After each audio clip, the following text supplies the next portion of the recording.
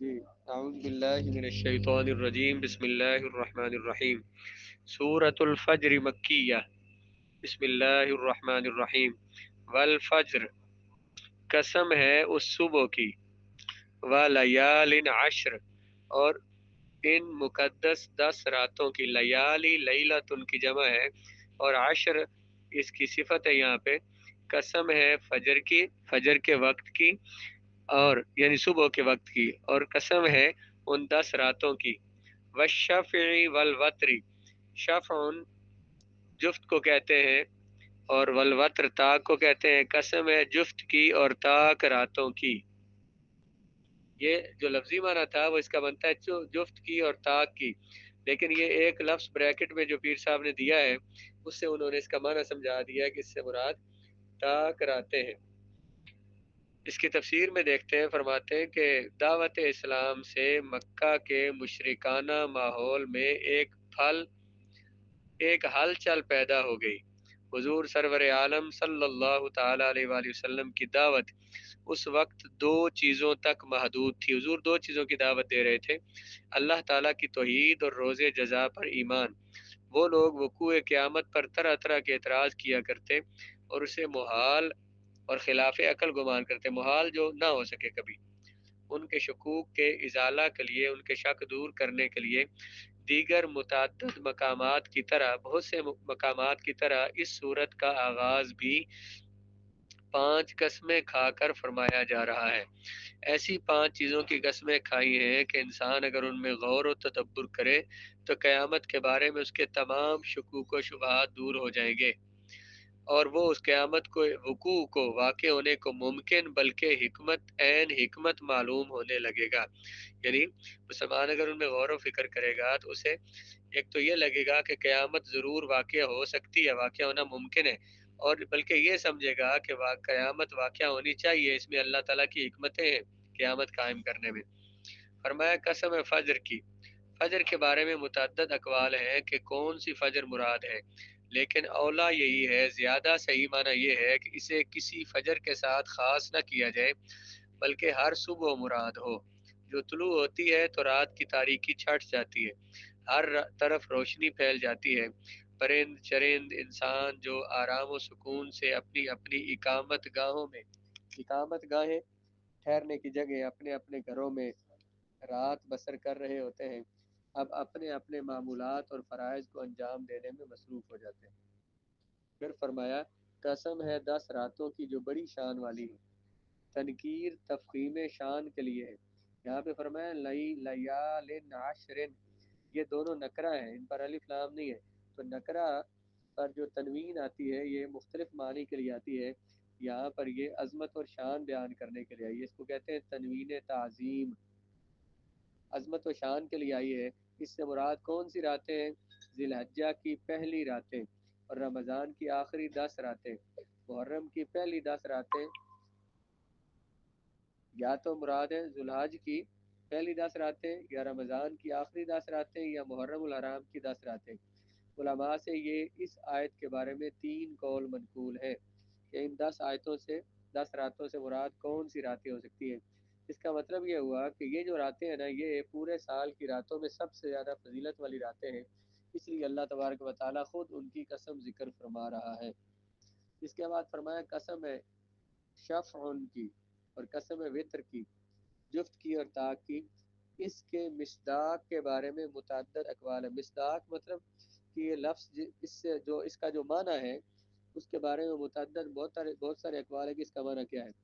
مجھے ان میں سے یہ قول پسند ہے، شفع سے مراد مخلوق ہے اور وطر سے مراد خالق ہے۔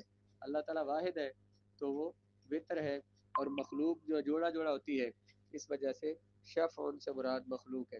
حضرت ابو سعید خدری رضی اللہ تعالیٰ عنہ اور حضرت عطیہ اور مجاہد اور دیگر کی جلیل القدر علماء تفسیر نے اسی کو ترجیح دی ہے۔ یہ جو عطیہ مجاہد ہے یہ حضرت ابن عباس رضی اللہ تعالیٰ عنہ کے شاگرد ہیں، تابعی ہیں، اور اس کی تشریح انہوں نے یوں کی ہے کہ ساری مخلوق دو ہے، کفر و ایمان۔ مخلوق میں جتنی چیزیں ہیں وہ دو ہیں، کفر اور ایمان دو ہے، ہدایت اور گمراہی دو، سعادت اور شقاوت، خوش بختی اور بد بختی۔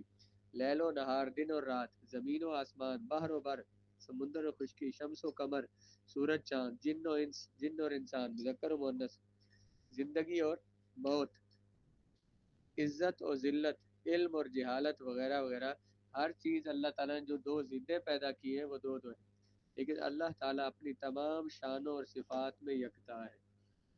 مخلوق دو دو ہے، یعنی مخلوق میں اللہ جتنی چیزیں پیدا کی ان میں سے ہر ایک کا متضاد موجود ہے، یا اس کا ہم جنس موجود ہے، اس کی مخالف جنس موجود ہے، لیکن اللہ تعالیٰ کی شانوں والا جو ہے وہ اپنی شانوں اور صفات میں یکتا ہے اور طاق ہے۔ وہاں زندگی ہے، موت نہیں۔ اللہ تعالیٰ ہمیشہ حیٌ ہے، زندہ ہے، اسے کبھی موت نہیں آئے گی۔ عزت ہے، وہاں ذلت نہیں۔ علم ہے، جہالت نہیں۔ قوت ہے، ضعف نہیں۔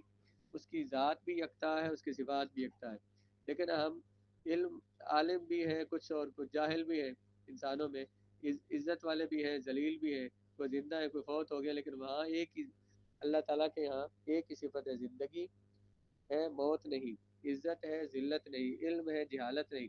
اس لیے اللہ نے اپنے لیے کیا فرمایا؟ والوتر، اور مخلوق کے لیے فرمایا والشفع۔ بعض نے شفع ان سے مراد وہ نمازیں مراد لی ہیں جن کی رکعتیں 2 ہیں یا 4 ہیں، اور وتر سے مراد وہ نمازیں جن کی رکعتیں 3 ہیں، جیسے نماز مغرب اور نماز وتر ہے۔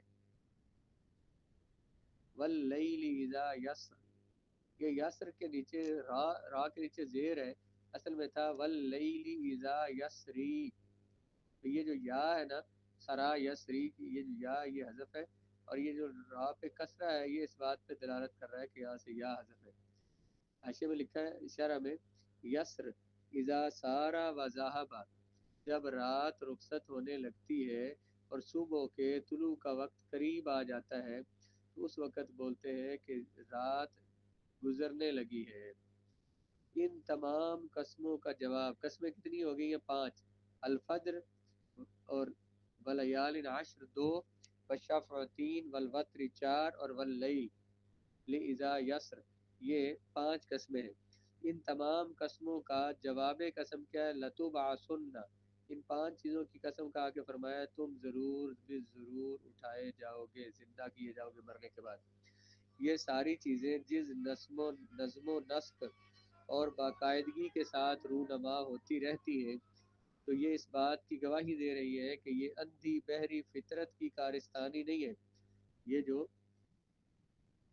بعض لوگ یہ سمجھتے ہیں جو عقل کے پرستار ہیں کہ نہیں جی فطرت قدرتی طور پر چیزیں ہو رہی ہیں، تو یہ کوئی اندھی بحری کوئی فطرت یہاں پہ نہیں ہے، بلکہ قادر، قدرت والا، حکیم اور علیم ذات کا ارادہ ان کو معرض وجود میں لا رہا ہے۔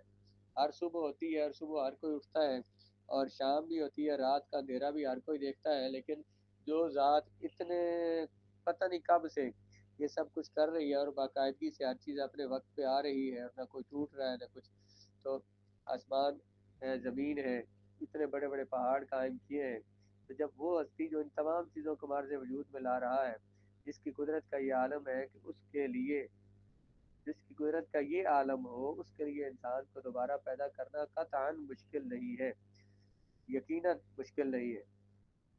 جب اللہ تعالیٰ کا ہر فعل حکیمانہ ہے تو وہ حضرت انسان کو اتنی قوتوں سے بہرہ ور کرنے کے بعد، اتنی قوتیں عطا کرنے کے بعد اس کو یوں ہی چھوڑ نہیں دیتا کہ وہ نہ اس سے پوچھے، وہ اس سے پوچھے ہی نہیں کہ انہوں نے خدا کی دی قوتوں اور نعمتوں کو کس طرح استعمال کیا ہے۔ یہ بات بھی اس کی حکمت کے سراسر منافی ہے، خلاف ہے، کہ جن لوگوں نے اس کی دی ہوئی قوتوں کو صحیح استعمال کیا، ان سے اس کی مخلوق کو فائدہ پہنچایا، نیکی اور اچھے اعمال، اخلاق حسنہ کی آب یاری کی، آب یاری پانی دینا، اچھے اخلاق اختیار کیے، ان کو کوئی اجر ہی نہ ملے، اور جنہوں نے نعمتوں پر ناشکری کی، اللہ کی مخلوق کی تباہی اور بربادی کے لیے انہیں استعمال کیا ہے، اور فسق اور فجور گناہوں کی داغ بیل ڈالی ہے، بنیادیں ڈالی ہیں، ان کو ان کے برے کرتوتوں کی کوئی سزا نہ دی جائے، ایسا نہیں ہو سکتا۔ وہ حکیم ذات ایسا پسند نہیں فرماتی۔ اس کا طریقہ یہ ہے کہ وہ جو صاحب عقل انسان ہو تو اس کے بارے میں یہ نہیں سوچتے کہ جی یہ کوئی کام فضول کرے گا جس کا کوئی مقصد نہیں ہوگا، اور اگر ان کے ہاں انصاف نہیں ہوگا تو یہ تو بڑی عجیب انسانوں میں سمجھی جاتی ہے، تو وہ خالق جو سب سے حکیم ذات ہے، جس نے انسانوں کو یہ شعور دیا ہے، یہ سمجھ دی ہے، پوری مخلوق کو دی ہے، تو اس کے ہاں یہ کیسے ہو سکتا ہے کہ وہ کائنات کو بنائے اور پھر وہ دوبارہ جن کو اللہ تعالیٰ نے نعمتیں دی ہیں تو ان سے حساب نہ لیں، ان سے پوچھے نہ کہ انہوں نے صحیح استعمال کیے یا نہیں. اس ذات کے بارے میں یہ نہیں سوچا جا سکتا. اس لیے یہ 5 قسمیں ذکر کی ہیں، اور جواب قسم معذوف ہے کیا؟ تم ضرور بھی ضرور اٹھائے جاؤ گے مرنے کے بعد. تو اللہ تبارک و تعالیٰ تو ویسے ہی فرما دے تو اللہ تعالیٰ کا ایک کلمہ، اس کا ایک آیت جو ہے وہ انسان کے لیے، ماننے والوں کے لیے قابل قبول ہے اور انہیں ماننا پڑتی ہے.